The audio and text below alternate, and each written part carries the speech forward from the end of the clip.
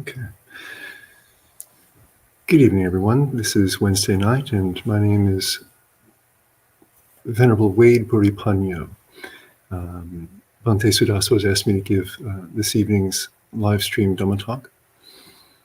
I am a bhikkhu ordained in the lineage of Ajahn Chah at Wat Mapjan in Rayong Province, Thailand. Been staying here at Empty Cloud for a couple of weeks now, and having quite a nice time. If any of our participants by live stream are ever in the Newark, New Jersey area, it's a beautiful thing happening here at Empty Cloud Monastery, and I hope you'll have a chance to visit sometime and practice with the community.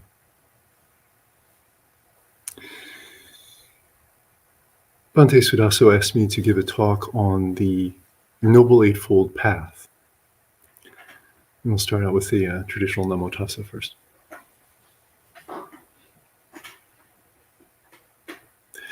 Namo Tassa Bhagavato Arahato Samma Sambuddhassa.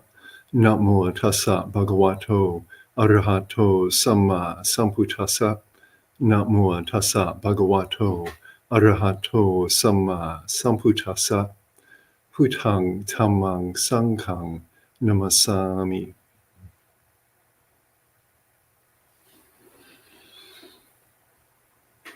Okay.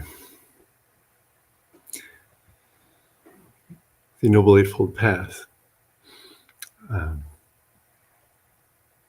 This is quite common in our tradition for us to give Dhamma talks kind of off the cuff and receive this topic just shortly before coming to give the talk. It's quite traditional for us to be asked to give a talk kind of on the spot and give a talk off the cuff. And so ideas and thoughts about the Noble Eightfold Path are kind of slowly coming to me. And it's sometimes been joked that, or quipped that in the Tudong tradition of Ajahn Mun and Ajahn Chah, we are a wandering tradition, Tudong being a walking trip that monks take when they're looking for someplace secluded to practice meditation, or if they're on pilgrimage to holy sites or going to see a teacher. And it was quite common in the old days in Thailand that the Tudong monks would walk on foot in great distances through jungles, and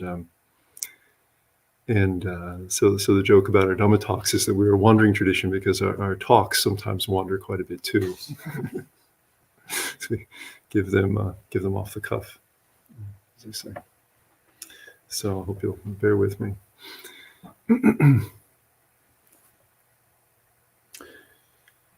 Well, so the Noble Eightfold Path is given to us in the fourth Noble Truth of the Four Noble Truths. The first noble truth being the noble truth of suffering, the second noble truth being the noble truth of the cause of suffering, the third noble truth being the noble truth of the cessation of suffering, and the fourth noble truth being the path of practice leading to the cessation of suffering, wherein we find the Noble Eightfold Path. The Buddha first delivered his sermon on the Four Noble Truths on a day that we commemorate down to modern times, over 2,500 years later, on Asalaha Puja, observed usually the full moon of July, the day before the monastic community will begin its rains residence each year. This comes to mind because we just observed Magha Puja on Monday with a circumambulation of a Buddha image here, and a Dhamma talk and the undertaking of precepts. Magha Puja being the commemoration of the spontaneous gathering of 1,250 enlightened disciples of the Buddha, with the Buddha in community, and he delivered the Awada Patimokkha. So a very special occasion. Those are two of the three major Buddhist holidays, the other one being Wesak Puja, the commemoration of the Buddha's birth, enlightenment, and passing into the final liberation of Parinibbana. So when the Buddha delivered his discourse on the Four Noble Truths to the group of 5 attendants who had stayed with him through his years of striving to attain enlightenment. In fact, they actually interesting turn of events. They actually abandoned him towards the end, but he went to them to teach them and won them back over. And we have the first noble disciple of the Buddha attained Sotapanna, to the level of Sotapanna, upon hearing the discourse on the Four Noble Truths. So the Buddha taught in the First Noble Truth that there is suffering, and old age is suffering, disease is suffering, and death is suffering. Not attaining one's wishes is suffering. Association with the disliked is suffering, and separation from what we love is also suffering. And he said, in brief, the five khandhas associated with attachment are suffering. And these are the classification system, the five khandhas, the classification system for matter and energy and kind of our mental world as well. These associated with attachment are burdensome and suffering. The second noble truth is the noble truth of the origination of suffering. It's the cause of suffering. And the Buddha identified the cause of suffering as tanha, usually translated in modern times in English as craving. And he said there are three forms of craving that he identified specifically: the craving for sensual pleasures, the craving for becoming, and the craving for non-becoming. The term could be a little bit controversial. The term becoming or its companion non-becoming. The commentaries, the Theravada tradition says it means the actions that we take and the consequences together. This is the process of becoming. We take action intent on experiencing consequences, and this is the process of becoming. And so non-becoming would be the opposite, the intention to not take action, to not experience consequences. So the craving for sensual pleasures, for becoming, and for non-becoming. These are the three forms of craving that are the cause of all suffering. The third noble truth is the noble truth of the cessation of suffering, which the Buddha called Nibbana. It's translated in many different ways, and the translation I like is the translation unbinding, because of its emphasis on liberation. But it's a state beyond suffering, dissociated from the five khandhas, the matter and energy and the mental world that we experience, such as the mental formations, emotions, and thoughts, and so on like this. The Forest Masters say that on attainment of Nibbana, the Chitta goes to Nibbana and is wise and compassionate and pure.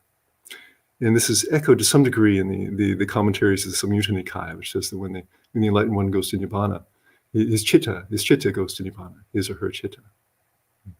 It's the mind or the heart. Right.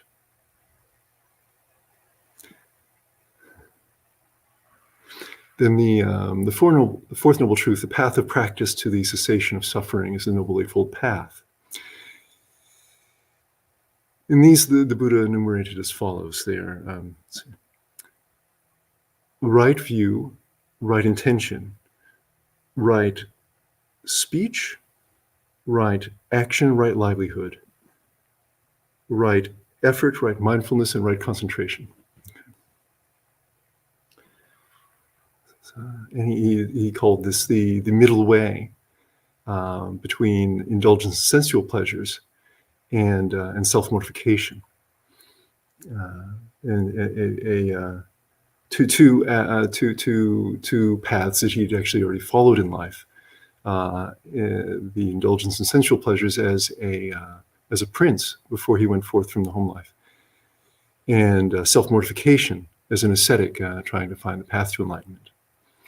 And he said that he had attained enlightenment when he followed this Noble Eightfold Path, and it was in attaining enlightenment that he realized that this path was really the true path, and this was what caused him to go looking for the five attendants and to teach them. He said, "Never before have I told you that I'd attained enlightenment, but by following this path, I have."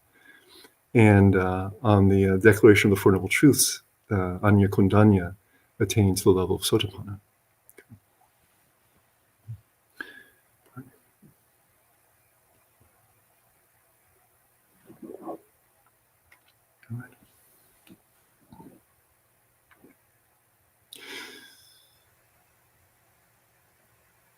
The Buddha emphasized that the right view comes first. Right view is divided into two aspects. There's the mundane right view, which is related to life within samsara. When I say that, what I'm trying to say is that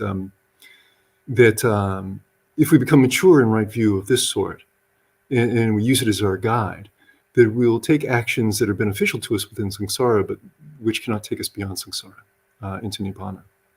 And there's a long list of views relevant to life in samsara. Perhaps I'll see. Perhaps I'll list off some of them now. See how many of them I can remember off the top of my head. We have one of the right views is that there is this world and the next, meaning that it's a teaching on rebirth. That rebirth is real. That after this life we pass on to another life. That there are the consequences of good and bad actions. This is one way of talking about kamma, the Pali word meaning intentional action. Oftentimes, the word karma is used, coming from the Sanskrit, with the same meaning. And he said many times, and we see in the suttas, that we can see the effects of karma right here in the present. And for example, if we steal something, we may be likely to go to jail. But he emphasized to his followers who had faith in him that actually the effects of karma are much more long-lasting, or they'll come back to us in the future, perhaps in future lives. And so we have to be aware of our karma. There are mother and father. An interesting one. This is another aspect of mundane right view.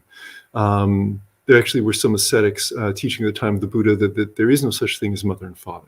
And it seems that this is a philosophical question about cause and effect relationships in general. Are there cause and effect relationships in life that can be understood and mastered, or is life random? Many in Buddhism take it as an indication that there are mother and father, with the implication that we really have a debt of gratitude to our parents. This is a doctrine, I think, which warrants special attention. It's something that the Forest Masters of Thailand emphasize. They say that, in fact, we do have a great debt to our mothers and our fathers. I had the good fortune to hear one master teacher in Thailand lamenting a view that he said is getting more prominence. I can't say I know that it is the duty of parents to take care of their children. Having given birth to children, they have the duty to take care of them, and it isn't the responsibility of the child to have gratitude. And the Forest Master who was giving this talk said, the meditation master was saying that this is quite a terrible view to hold, because if you're negligent of your parents, and if you're rude to your parents or disrespectful to your parents, it'd be bringing quite a lot of suffering into your life. And so he was exhorting those listening to the talk to really firmly ground yourself in a sense of gratitude towards your parents. And we have a teaching on this in the suttas that in fact, according to the Buddha, that our parents are our own root teachers. They're the first teachers, and they are like Brahma. You might almost say, in a Western context, you might almost say that they're like God. This is quite a strong word to use, but it's the Brahma in the ancient suttas was if I understand correctly, at the time was the highest divinity there was, according to common understanding. And so the Buddha was trying to refer to someone quite high and very powerful. And he said the reason is that they care for their children, they teach their children, and they introduce them to the entire world. So it's something I think perhaps warrants special attention at this time, and something for each of us to reflect on, relationships to our parents, and whether or not we think whether or not we find this a useful teaching for us. All right. Okay. So these are teachings about our lives here in samsara, and about what is skillful and unskillful behavior in samsara. But teachings that can't really take us beyond samsara. And so the Buddha said that there's a second form of right view. And this is the supramundane right view. And he said the supramundane right view, that kind of right view that leads to nirvana and takes us beyond all suffering, leading out of samsara, is exactly these same Four Noble Truths. Okay. All right. Okay. And so the Buddha said that says in the sutras that right view comes first. And the meaning of this, I believe, is that that with right view, if we understand life correctly, or if we have faith in a correct path in life, then it'll be we'll interact with life skillfully. All beings are really seeking pleasure, and they're trying to avoid pain, and they base their actions on this. Even if oftentimes intellectually we may or may not really understand why we do what we do, in the heart, and the heart is the important aspect, because it's the heart that initiates urges and desires. The heart is really looking for pleasure and is trying to avoid pain, and it's initiating these desires and emotions, urges, based on a set of beliefs or experiences about how life works. So the heart quite commonly thinks that sensual pleasures will bring pleasure, and that the acquisition of sensual pleasures is very important. Or the heart commonly believes that there is a permanent, everlasting self, that is very important within us, and the protection of this self, and in some cases even the kind of aggrandizing it with pride or arrogance, are pathways to pleasure. And protecting the self is important to avoid pain. But if we can train the heart in right view over time through the practice of sila, samadhi, and panya, that's this keeping moral precepts and practicing self-control, developing the mind in meditation, until we attain concentration and see life as it really is, experience life as it really is, then the heart will come to the consummation of right view, that is seeing life experiencing life according to the Four Noble Truths, and desires and urges related to sensual pleasures and becoming and non-becoming will not be initiated anymore. And so the becoming established, at least in some faith in right view, is an important step on the Buddhist path. In one section of the sutras, the Buddha says that right view is like the first rays of dawn. He says, when we see the first rays of dawn, then we know that the sun is coming. And he said, right view is like the first rays of dawn, and that when one has when one has right view, then we know that skillful qualities will follow, that they will develop skillful qualities.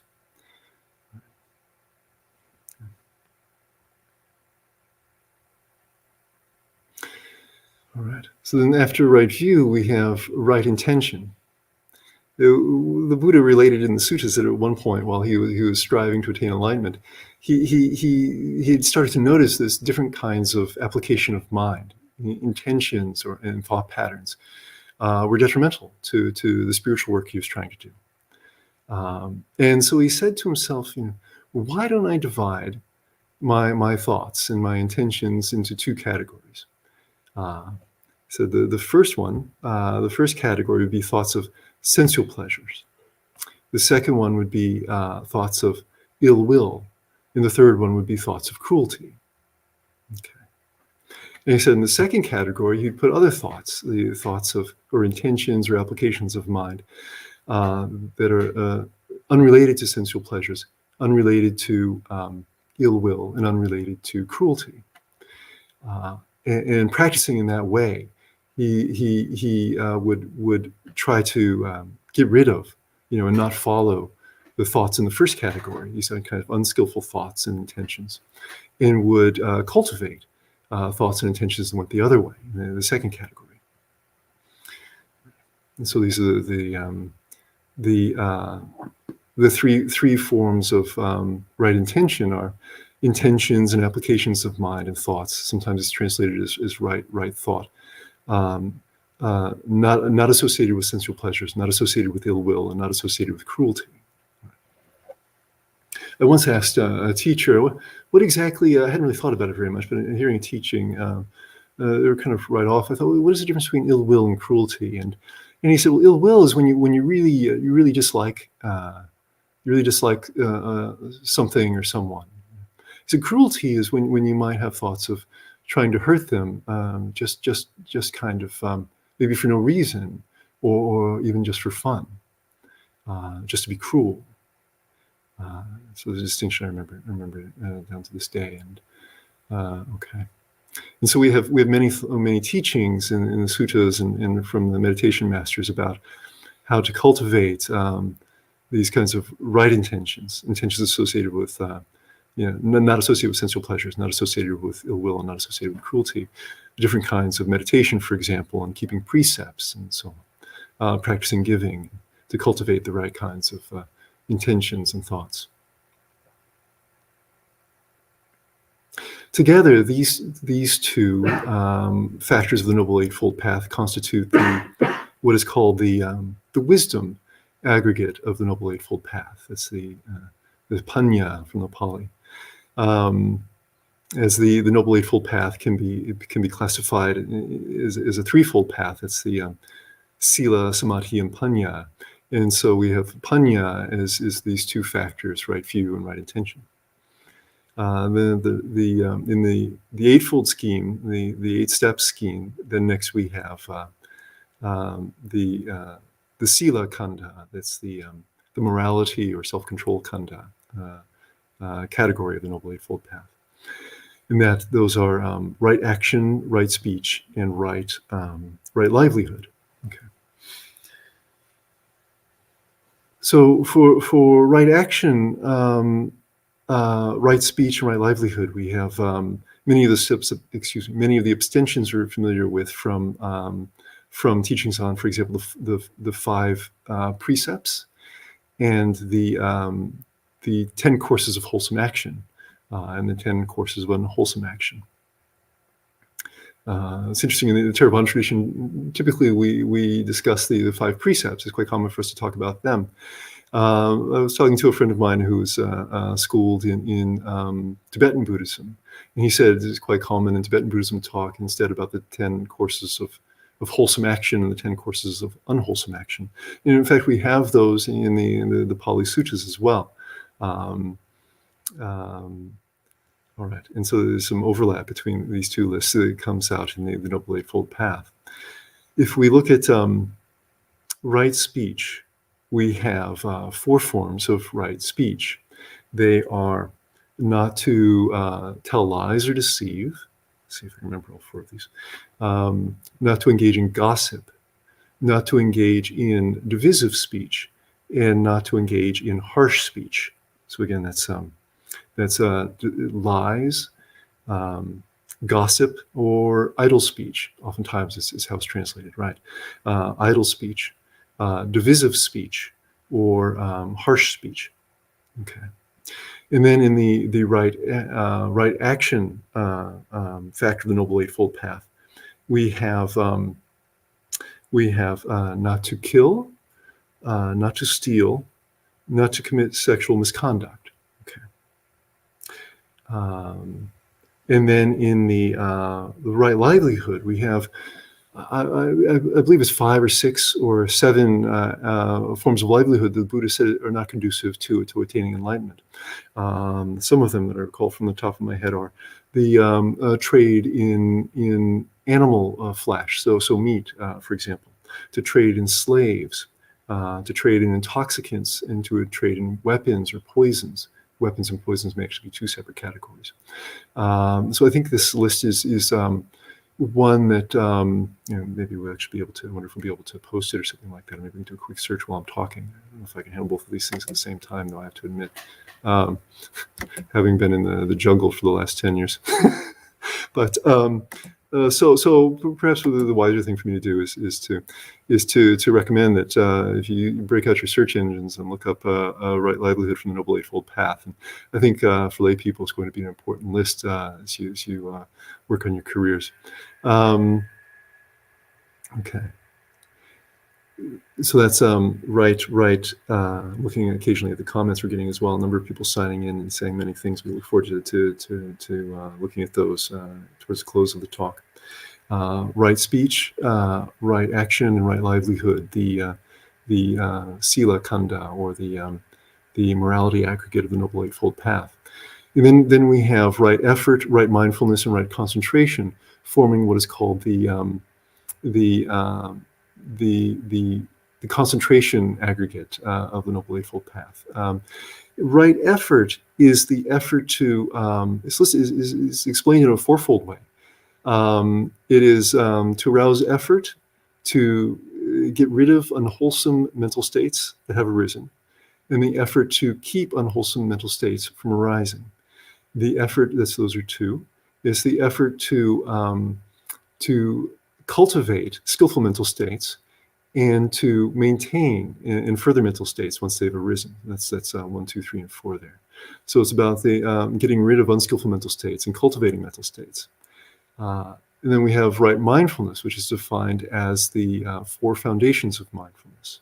Okay, it's mindfulness associated with the body, mindfulness associated with vedana, which is typically now translated as feeling or physical sensation, although there is in the suttas a 5-fold classification, which includes emotional sensations as well, so emotions. Mindfulness associated with the mind, or chitta, and mindfulness associated with what is called dhammas, and the first set of which is the 5 hindrances and the 7 factors of awakening, the bojjhangas. Okay. And that's right mindfulness. And moving on to right concentration, the 8th factor of the Noble Eightfold Path, we have the 4 jhanas, okay, which is the 4 successive states of samadhi, concentration, in which we experience the mind applying to the object and becoming firmly fixed on the object that we've been trying to focus on, and the arising of rapture, which is my personal translation for the word piti from the Pali, and sukha, which is the bodily pleasure, in which the bodily aches and pains and discomfort disappear while you're meditating, and the physical body feels quite good. Then as we progress through the jhanas, the object of the meditation stays the same, but the emotional responses that we experience change, so they become more and more refined, passing through the 2nd and 3rd jhanas, until you arrive at the 4th jhana, which is characterized by equanimity and mindfulness, having let go of piti and sukha along the way, until the mind is simply at kind of an even keel with regard to sense experience, and mindfulness is very well established. And this is usually indicated as the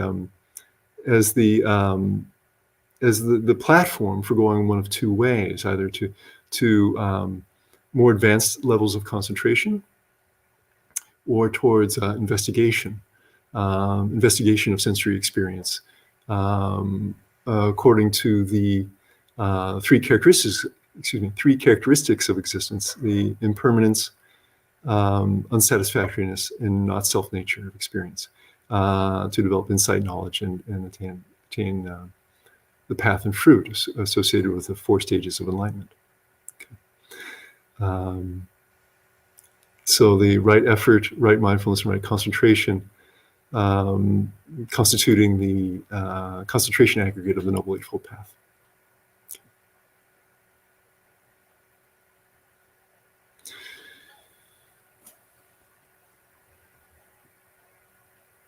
I'm pausing and thinking perhaps now is a good time to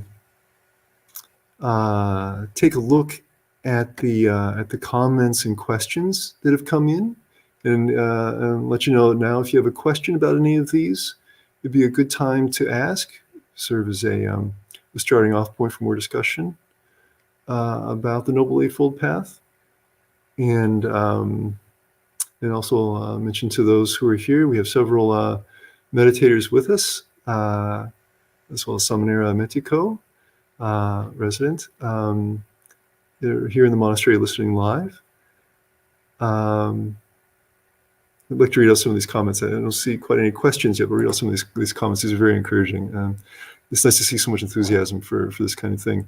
We have a gentleman, Jeffrey, named Jeffrey, writing in, I like you were just doing your monk job. Monks are nice, and we do not need to put a time frame on the understandings of the Buddha. I love it. It's great. All right. And we got an enthusiastic hello from Maine, from Kim. Okay. Let's see a great question here. All right, very good.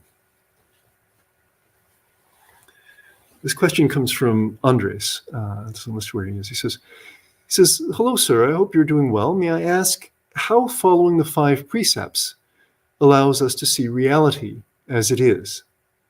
Thank you. I love this question. This is a great question. All right. This is a question I've been occupied in the past with myself, and I think it's quite an important thing to understand, a very valuable thing to understand. And so I'd like to offer that my understanding is that when we break the 5 precepts, it affects our perception aggregate. That is, meaning it affects how we perceive or how we experience life. I'm trying to think of how I have to go on this. When we break the 5 precepts, it affects how we experience life. You see, according to Buddhist philosophy, we have what I was talking about before, the 5 khandhas, which is a description of what we usually take to be our physical and mental world. And one of these khandhas is the perception khandha, or sanya khandha, as is said in Pali, or perception aggregate. And what this is it's a process initiated by the mind in order to understand its sensory experience. In the suttas, it says that the perception aggregate always operates simultaneously and conjoined with the cognizing of sense experience and the sense experience itself. So all 3 of these things will be happening simultaneously. We'll be cognizing an object, that is, becoming aware that an object is there, and the mind will be trying to recognize what it is. That's the process of perception, and therefore render for us the sense experience that we're having. One of the remarkable things that comes out of meditation is an understanding that actually our sensory experience isn't stuff that's happening outside of us. It's something that's happening inside of us. It's something that is formed by the heart to represent what's going on around us, and also what's going on inside the heart as well, in terms of memories or fantasies of the future, for example. So, for example, when we see something, we're not actually, typically, we're not actually perceiving what is outside of us. We're not actually experiencing what is outside of us. We're experiencing a representation in the heart of what is happening outside of us. It's a rendering of what's happening outside of us, made by the heart via these processes of cognizing and perception. So we all have the kind of the hardware of our eyes, for example, and the various sense stores. And inside of us, we all have the kind of the software of these processes and how they run, and they're heavily influenced by our emotional states, such as greed, aversion, and delusion, the 3 kilesas.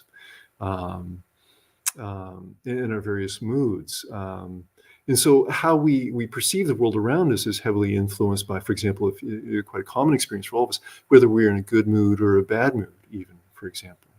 The roses have quite a special glow when we're in a really good mood, for example, if we're looking at a rose.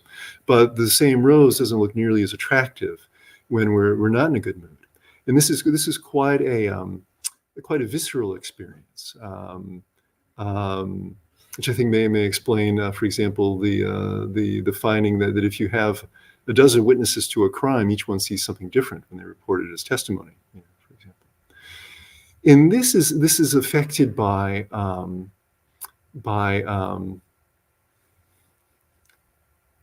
the story. Actually, this is quite a graphic story. I was about to say one thing, but another story struck me.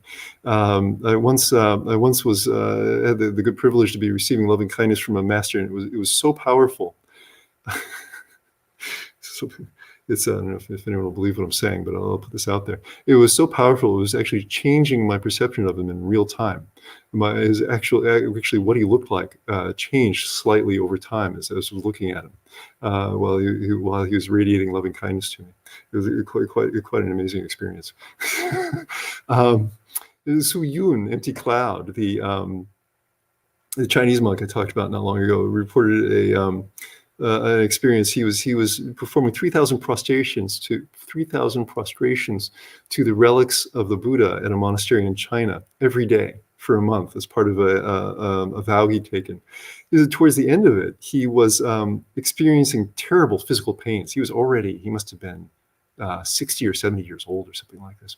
He was experiencing terrible physical pains, but as he was bowing to the relics, their appearance was changing gradually over time. He's having remarkable experiences of the relics in different forms. For example, at one time, a jade Buddha image, and then a golden glowing Buddha image, and so on like this.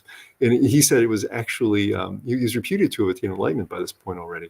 And he said it was actually that basically his perception, the perception aggregate, was rendering the sense experience differently over time. And so I think what was happening was the good karma of these prostrations, 3,000 prostrations every day, was having like a real-time effect in a sense experience. And they say in Thailand that if you're having a nice sense experience, a sensual experience, it's because you've had good karma in the past. Your good karma ripens as the sense experience that you have in the present. So you have good sense experiences because you have good karma in the past. Okay, so. Now, so I'm talking quite a bit about perception and these various stories, and maybe I'll relate this to the 5 precepts. The 5 precepts also affect our perception aggregate. So, for example, maybe if we refer to ourselves or people we've known. We may have seen some experiences like this. There are, for example, I knew a gentleman who was an alcoholic. I knew him for many years and watched him develop alcoholism, if you say so. I knew him when he was a teenager, and he started drinking. It was quite hard for him to drink, actually, but he wanted to, and he felt it was important for him. For himself to start drinking beer, because it was kind of it was what was expected of a man in his family, that he would drink alcohol, and it was a sign of becoming mature in his family. And I knew him in college, and I watched him drinking more and more, and heard about him drinking more and more after we parted ways after college, and eventually it became such a problem for him that he lost his job and his health suffered, and doctors even told him that he was in danger of his liver failing on him, and he lost his wife as well. Eventually lost all of his money. And even though he had quite a good job, he had a nice, owned a very nice apartment in a downtown, a very desirable area of the city. Had a wonderful wife, actually, and but he lost it all, and at times he would become sober. Usually, it seemed like the pattern was that he would eventually collapse, and he'd be found by someone and taken to the hospital, and they would admit him to a treatment program. He'd become sober, and he'd stay sober for a while afterward, a few months or something like this. And he told me, Wade, it's interesting, the changes in how I see things when I was drinking, when I was drunk, um, nothing else seemed worth doing. And when I looked at alcohol, it seemed like that was the only thing that was really desirable in life. That was the only thing really worth having. Um, he says, and so if someone asked me to, he said, if someone asked me to go to a cookout, for example, cookouts, quite popular in the United States during the summer. Go out and have a cookout or a picnic or something like this. He said, I wasn't interested. I wouldn't want to do anything like that. It sounded so boring. All I wanted to do was sit on my couch and watch TV and drink beer, and other alcohol. And he says, but now that I'm sober, if someone asks me something like that, when I think about going on a cookout or something, I think it sounds like a really good time, and I'm interested in going. And I thought that was one graphic example of how our perceptions of things can change when we break the 5 precepts. Interestingly, one of the something that struck me, one master teacher in Thailand put in one of his books that if you could see into the hell of those who took intoxicants, you would see that what they are doing, the beings who are reborn there, they're rushing to a cauldron of molten copper. And when they reach the cauldron of molten copper, they scoop it into their mouths, drinking it down greedily, thinking that it's going to be delicious. And it burns them until their entire body burns up. But then they're instantaneously regenerated again. And they rush again to the cauldron of molten copper, thinking that it's something that's going to be delicious. And they scoop it into their mouths all over again. And they do this over and over again for a very long time.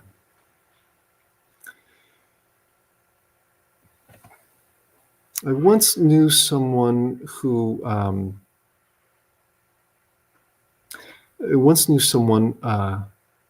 know a couple of people actually know, a couple of different stories are coming together. I've seen people who had developed the habit of lying.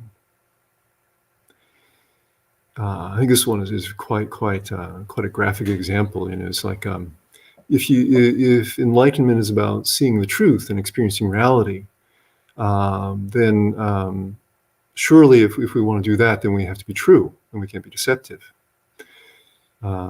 But I think I've seen some stages in people who lie. Quite unfortunate. It's I think one of the things about this is striking that that people find themselves in a situation, if you will. If they find themselves going down a path, but they don't really realize where it's going, and so it could be quite a sad thing to think about or to see. But they say that if you're someone who never tells a lie, but you do one time tell a little lie, it'll seem quite heavy. It'll seem very important, like it'll make you nervous. It can seem serious that you told a lie, even if it's just a little one. I was watching a documentary about lying. Something. Let's see if I can remember what it was called.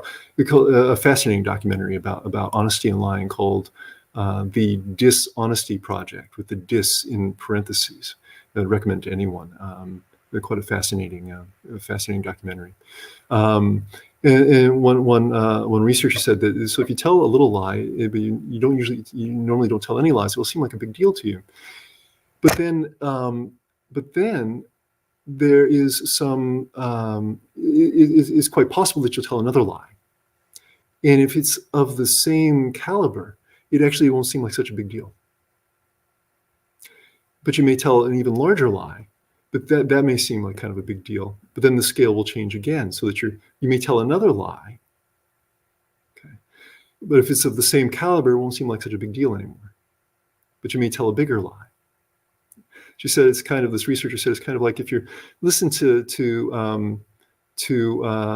earphones where the music is playing very softly.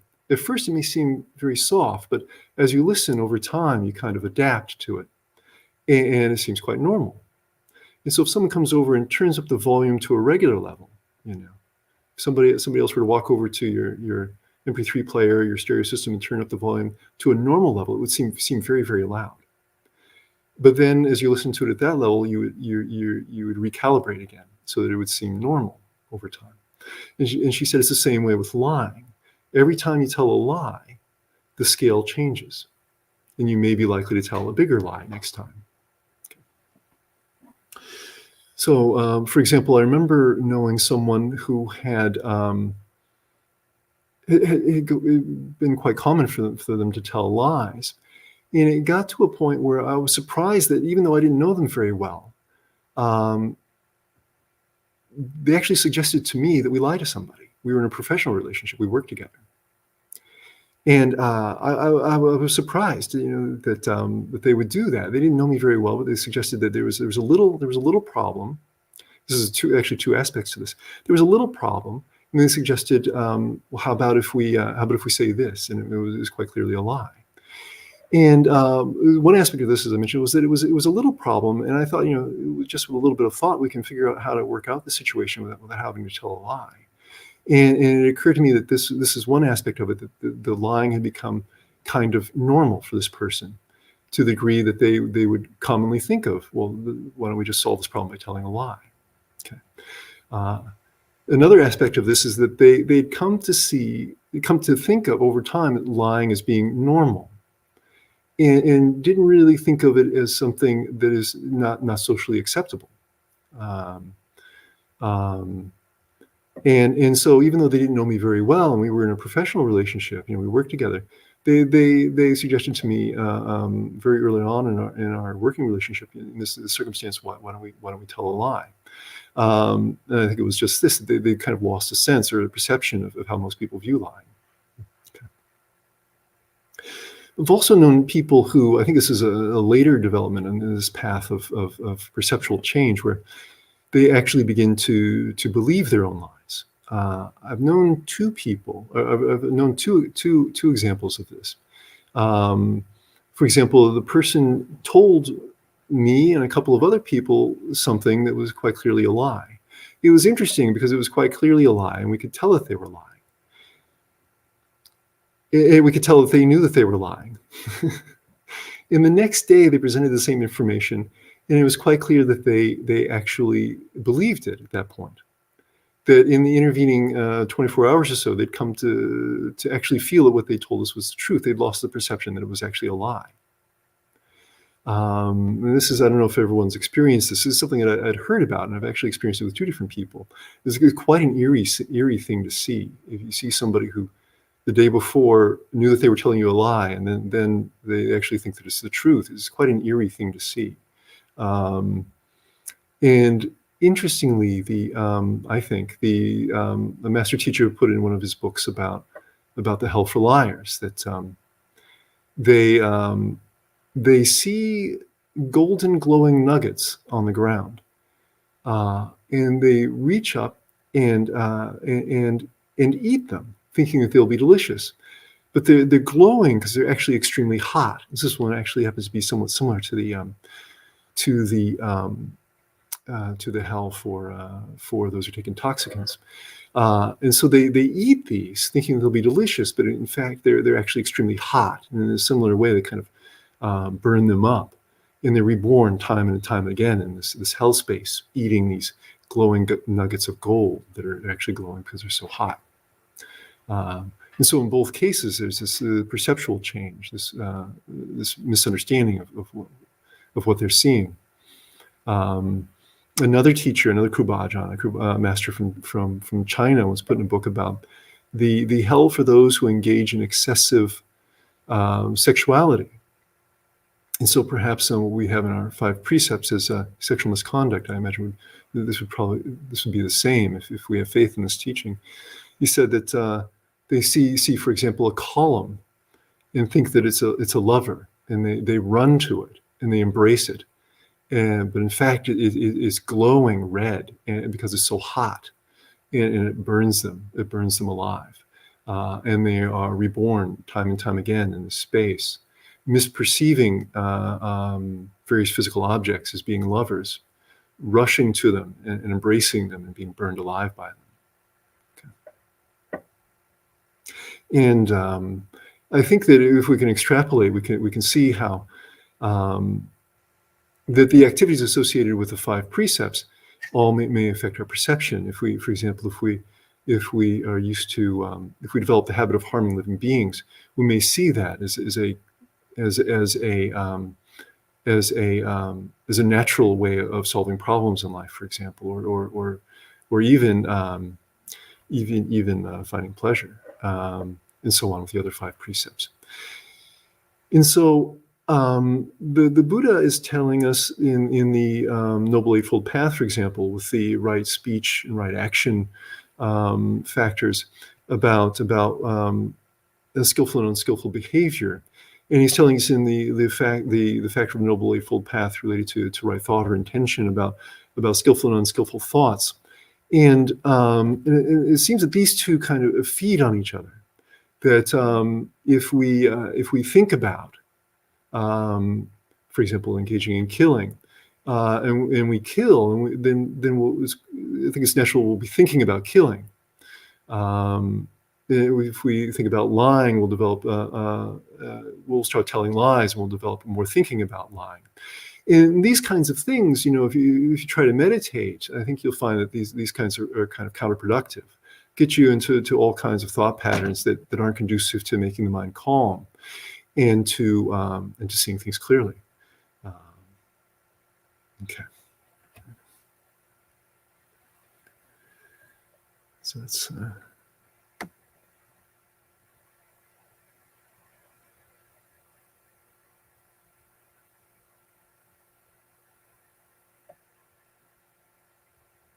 okay. We have I'm looking to see if we have any agreement or disagreement on this, or any other comments on this particular topic. And we have someone's writing in who says that he says he completely believes what you are saying. He writes regarding perception in accordance with my experiences of life. When I have been good and kind, my perceptions have been clearer. When I have been when I have been stupid and unkind, they become less clear. Okay, right. I think, yeah. I wonder amongst those here, we see a show of hands. If anyone's willing to show their hands, how many people how many people will find this kind of thing in their own lives? When I've been good and kind, my perceptions have been clear. When I've been stupid and unkind, they become less clear. How many we've got? 1, 2, 3, 4, 5, 6, 7. We have seven in unanimous agreement. Sadhu. Okay.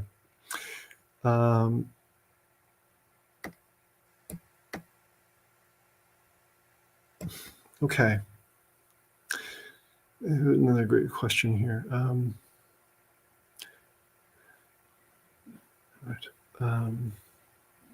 Question comes to us from Julie. She says, I'm grasping to a couple of favorite foods for pleasure, and I see the ignorance in my thoughts and actions with regard to this. The urge is so strong. What is it that I am not seeing? I have let go of many thoughts and actions naturally or with effort, but this area is difficult right now. Yeah, okay. Excuse me. Yeah, so you're finding you're able to let go of, Julie's finding she can let go of other things. But with this, she's finding the urge is very strong. She's having difficulty letting go of it. Okay. You say you see the ignorance in your thoughts and actions with regard to it. Okay. I think the general idea is to with things we find attractive is to actively contemplate the unattractive aspects of it. This is you're explaining quite a common problem, or you're identifying quite a common problem in the human experience. I think that we know what we should and shouldn't do oftentimes, but the heart initiates urges and emotions that are quite contrary. So we know we shouldn't eat this or that, but when we see it, we really want it, and it's quite a difficult thing in life. We find that in many different areas, and so they say that the thing to do with regard to this is to contemplate the unattractive aspects of it.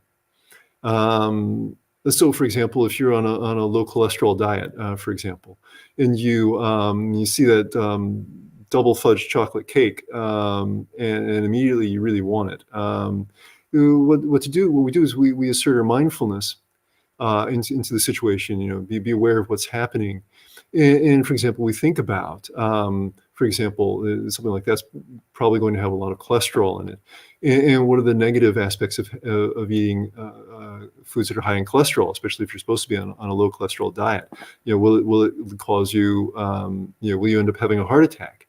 And I think if you can assert some mindfulness, for example, in this case, and think about, associating something like a heart attack with eating the slice of cake, that'll be quite calming. And so you can take it right to that kind of extreme, and associate the really negative consequences with something as simple as a slice of cake, and you'll find it very effective. I hope. If not, I hope you'll write back and let us know what you're finding. So if you can look into why it is you think really it's better for you not to eat those favorite foods, and contemplate that. And you can also contemplate the unattractive aspects, when in your formal meditation, for example, or any time. I just use the case where you have it in your sense experience as an example.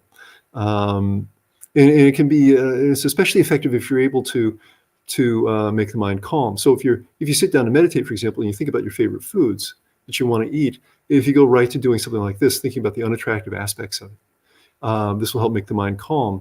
And you can either further that contemplation, or you can go on to another meditation theme you usually practice with. The point being that you want to try to make the mind even. Okay. Yeah. Or if you do it vice versa, if you're able to make the mind calm with a meditation theme that you usually find works well for you, if you do that, then you can use that opportunity actually to look into this when I say look into it, by doing this kind of contemplation.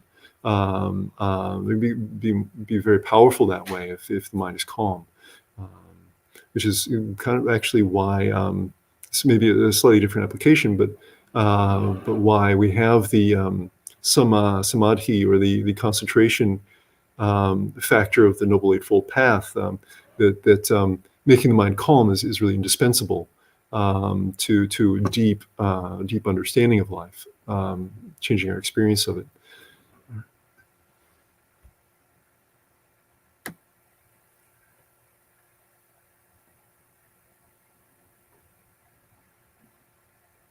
Okay, yes, so someone is asking also, would it be possible to dedicate metta and merit to all beings watching the video, and to dedicate merit to those with whom we have shared intoxicants?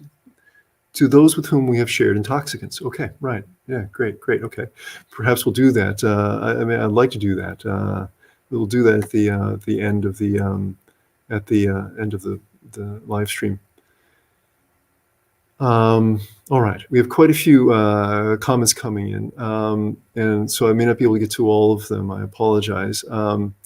And answer all the questions. I want to also give the participants here staying at the monastery a chance to ask questions if you have any. Does anybody have a question about the Noble Eightfold Path or the other aspects of the talk? I have a question on what device of speech was. Oh, okay, great question. Yes, right. Okay, so the question is, what is divisive speech, which we have listed in the Buddha said we should abstain from in order to conform with right speech in the Noble Eightfold Path. He says we shouldn't engage in divisive speech. So, right. So divisive speech, I can think of two kinds of examples off the top of my head, which is one of which, for example, is encouraging people to be divided or to engage in behaviors that will divide them from others. For example, there's a passage in the Itivuttaka where the Buddha says when you find yourself in a conflict-oriented situation, don't listen to the people who urge you on to be in conflict with others, even if they're telling you you're right and you should act in a way that's in conflict with others. Say to defend yourself or to attack other people in any kind of way. Even if they're telling you you're right and you believe you're right, you shouldn't try to proceed in a conflict-oriented way. So divisive speech, in this case, the Buddha is saying don't listen to the divisive speech and don't follow it, but it'd be the kind of speech where you encourage people to be divided. Another kind is where, for example, divisive tale-bearing is one form. where you go to someone and say, tell them about things that other people have said that would cause them to form a negative opinion or divide them from those other people. I guess it could be, you could tell them about things that other people have said or done with the intention of dividing them. We actually have this as a rule in the Monk's Code of Conduct as well, with many more details in it about what actually what constitutes divisive tale bearing and so on like this. And, for example, if someone comes to me and says, that other person over there, Tan Wade, he doesn't like you, and he says you give terrible Dhamma talks. So, if with the intention of dividing us, then that would be a form of divisive speech. And so the Buddha said we should stay away from that. Those are two examples I think of. Okay, good, sure. All right. Do we have any other questions here from the group here? Okay. Yes, we have one. Good. Okay. I have a question about the right concentration part of the path, and I know I understand it's a path with all components together. Right.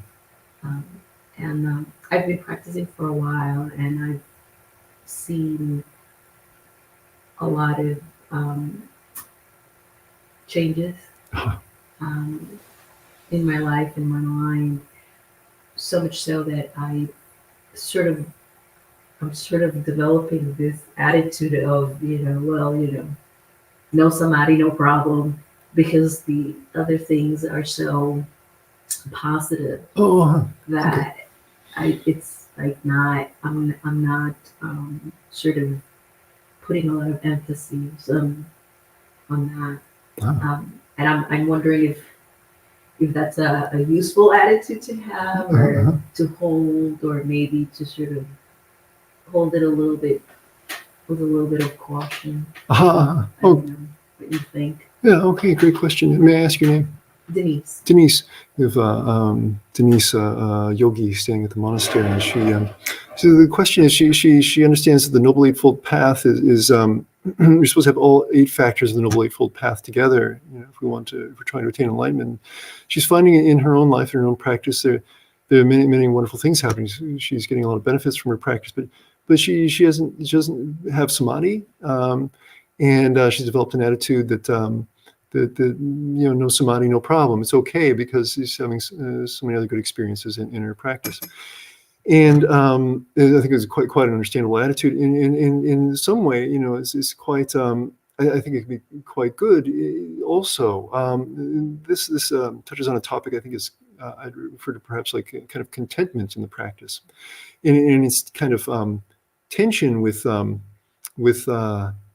of world weariness, if you will, or chanda, perhaps a more closer one. Chanda being the kind of the spiritual ambition, the desire to attain and to move forward in the practice. And these are two aspects of the practice that be quite difficult sometimes to balance and work out. Should I just be content with how my practice is now and keep working on it, or should I try to make some more dramatic changes in my practice because I should have more kind of ambition to progress more quickly? And it can be a little bit difficult to work out. Am I content or am I lazy? Am I negligent? For example, is a question that might come up. And in some cases, people can be quite ambitious. They want to put a lot of energy in their practice, but for some reason or other, they may not be able to. People who wanted to ordain as monastics, but their life situation wasn't really right for it. For example, they might have had children to take care of, and so they had to kind of temper their ambition a bit and try to be more content with the level of practice they were able to do, and also to find ways to still keep trying to further their practice, but in ways that were right for their life situation. So the answer is I think you have to look into that a bit. What is the right level of practice, and what are the right practices, and how much time can you put into practice, and this kind of thing in your life situation.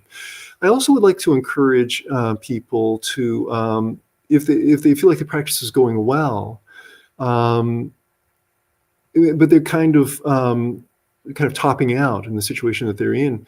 That retreat situations can be quite wonderful for developing the practice to a higher level, and that if you are feeling like your practice is going well, that maybe that's an indication that you get a lot of benefit out of a retreat. That your current practice could be a platform for going higher. Nowadays there are quite a lot of retreat options available to people. I think even retreats online being done. I know in my own practice, I've really seen a big difference between which I call like everyday practice during the regular monastic routine, as good as it is, and going into a retreat situation, in how much further you can develop your practice and how much more quickly you can develop your practice. And so it's something I'd like to recommend to people. Some monasteries offer long-term residency programs as well. And I remember, for example, when I was at Abhayagiri Monastery in California, they had a program for a lay guest to come into the monastery and act in a service capacity, in a sense, and taking care of the monastery while the monastics were on retreat. But they also had quite a lot of retreat time as well, the lay guests, and this was a very good situation. That could be extended even to a full year stay in the monastery or longer without having to undertake, monk ordination. These kinds of situations can make quite a dramatic difference in life. If you take 1 year, for example, which can sound like quite a lot to many people, but viewed in the context of a full life, it isn't that long. But the benefit from it could be breathtaking. I look back at for example, I was at Abhayagiri Monastery. I just mentioned that for about a year and a half on the 8 precepts before going on to Thailand to ordain. And I said at the end of it, I was telling people in the community that it was the when it became clear that I was going to be leaving, I'd been there about a year, and I was telling people that it was the best year of my life. I'm not sure now which year is the best year of my life, but it still ranks among the best. And so, I'd like to put in a plug for that, to make the time and prioritize it. There's so much benefit to it. All right. Within the context of within the context of lay life outside of the monastery in worldly life, there also are good opportunities for developing the practice that people may not have thought of taking advantage of. When I was in lay life, I used to observe the annual Uposatha Day, as it's described in the Pali Sutras. The Uposatha Day, it's a kind of I think the Uposatha actually means a fasting day, if I recall correctly. But the Buddha described it to many lay disciples, and he described it as an integral part of the lay path, indicating that to be like really on the lay path, if you will, and not just kind of pointing out what could be ideal, I think, or really encouraging people to kind of manifest in their own lives as much as they can the teachings of the Buddha, that we observe the 1 day Uposatha. This constitutes following the 8 precepts, which involve the 5 plus celibacy and not eating past midday, not adorning oneself, and not sitting or lying down on high or luxurious seats and beds. It's quite common in Buddhist countries that lay people will go into the monastery and take the 8 precepts in the morning and observe these 8 precepts throughout the day, and use it as a day for meditation, as well as some service in the monastery as well. And I found it. I oftentimes didn't have a monastery near where I was living to go to, so I would sometimes just go out into a natural area, out into the forest, or sometimes I'd go to. There was a meditation center, one place where I lived, near where I lived. I'd go into, and I could stay in there all day and meditate. And it was such a wonderful experience. It was like a refresh or a recharge every single week. That that helped me kind of evaluate, stay with my priorities, if you will, in life. And it can be difficult in the mornings, and it can be difficult sometimes to find the time in the week. But I almost invariably felt by the time the afternoon came around in the evening that it was really worth it, and I felt so much better inside. I remember sometimes it'd be quite hungry in the evenings. Sometimes I wasn't, sometimes I was, but not eating past midday can sound a little bit scary sometimes. But if you're not used to doing it, but it wasn't like anything dramatic was happening spiritually, not too dramatic or anything like this. I don't want to make it sound too great, but it really felt good to have spent the day trying to make the mind calm and experiencing some calm. And in contrast to the rest of the week, it really felt good. And so I thought to myself, I remember thinking to myself that I'm not eating dinner and I'm hungry, but I'm really fortunate to have a delicious mind. So something that could make sound a little bit maybe a little bit funny, but it's actually really true. So if any of you can make some time, maybe try it once, or try it for a few weeks and see what you think. Maybe you'll find also that you want to incorporate it into your life on a long-term basis. All right, it's 8:45 p.m. here at Empty Cloud. I wonder if anyone has any urgent questions. If not, maybe we'll move into closing. Okay. All right. So we had the request to share merit with everyone who is watching the live stream, and also anyone with whom we have ever shared intoxicants. So if we make the mind calm for a moment and think about this, I'd like to take this opportunity to share all of our merits, all of the good karma from all of the good things that we have done, with those who are watching this live stream, and all of those with whom we have ever shared intoxicants. May all beings be well and happy. All right, into the...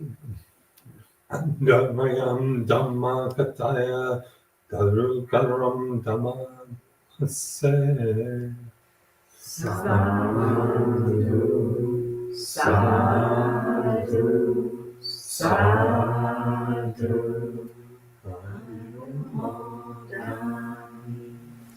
Sadhu Sadhu. Okay, we'll be signing off now. Until next time, I'd like to rejoice in the merit of your good deed, listening to the Dhamma. Be well.